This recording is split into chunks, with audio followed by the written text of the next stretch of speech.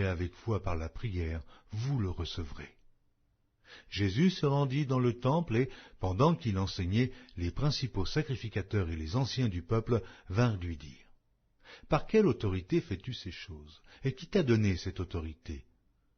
Jésus leur répondit : « Je vous adresserai aussi une question, et, si vous m'y répondez, je vous dirai par quelle autorité je fais ces choses.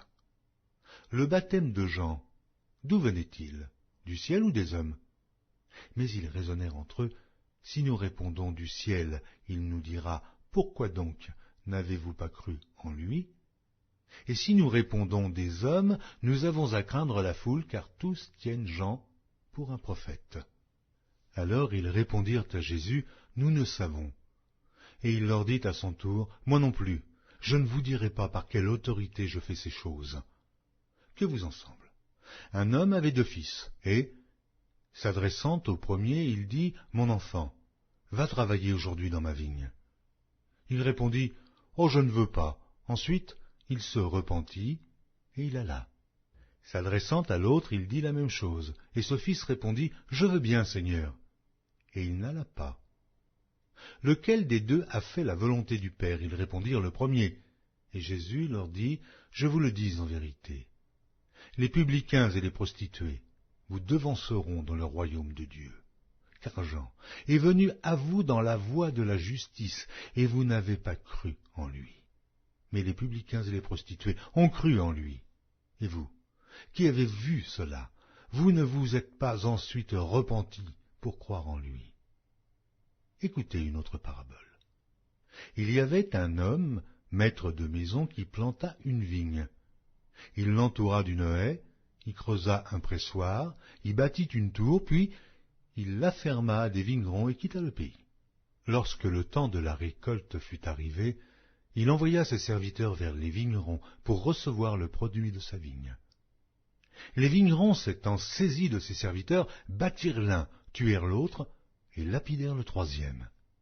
Il envoya encore d'autres serviteurs, en plus grand nombre que les premiers, et les vignerons les traitèrent de la même manière.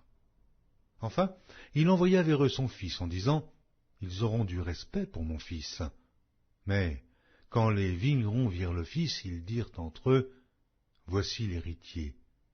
Venez, tuons-le, et emparons-nous de son héritage. » Et ils se saisirent de lui, le jetèrent hors de la vigne, et le tuèrent.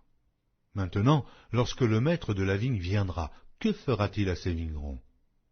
Ils lui répondirent : « Il fera périr misérablement ces misérables, et il affermera la vigne à d'autres vignerons, qui lui en donneront le produit au temps de la récolte. » Jésus leur dit : « N'avez-vous jamais lu dans les Écritures : la pierre qu'ont rejetée ceux qui bâtissaient est devenue la principale de l'angle.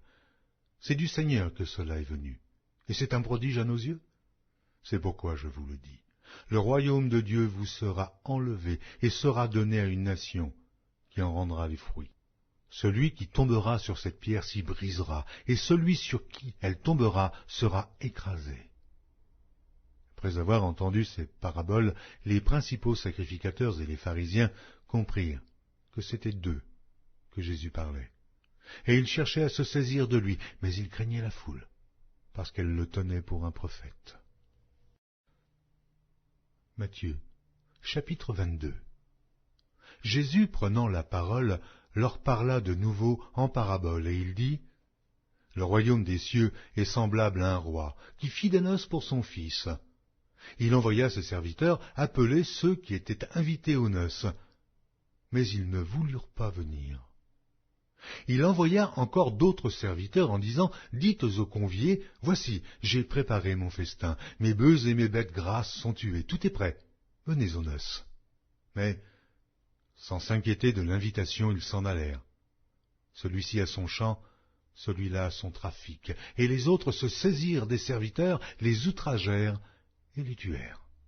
Le roi fut irrité, il envoya ses troupes, fit périr ses meurtriers et brûla leur ville. Alors il dit à ses serviteurs : les noces sont prêtes. Mais les conviés n'en étaient pas dignes. Allez donc dans les carrefours et appelez aux noces tous ceux que vous trouverez.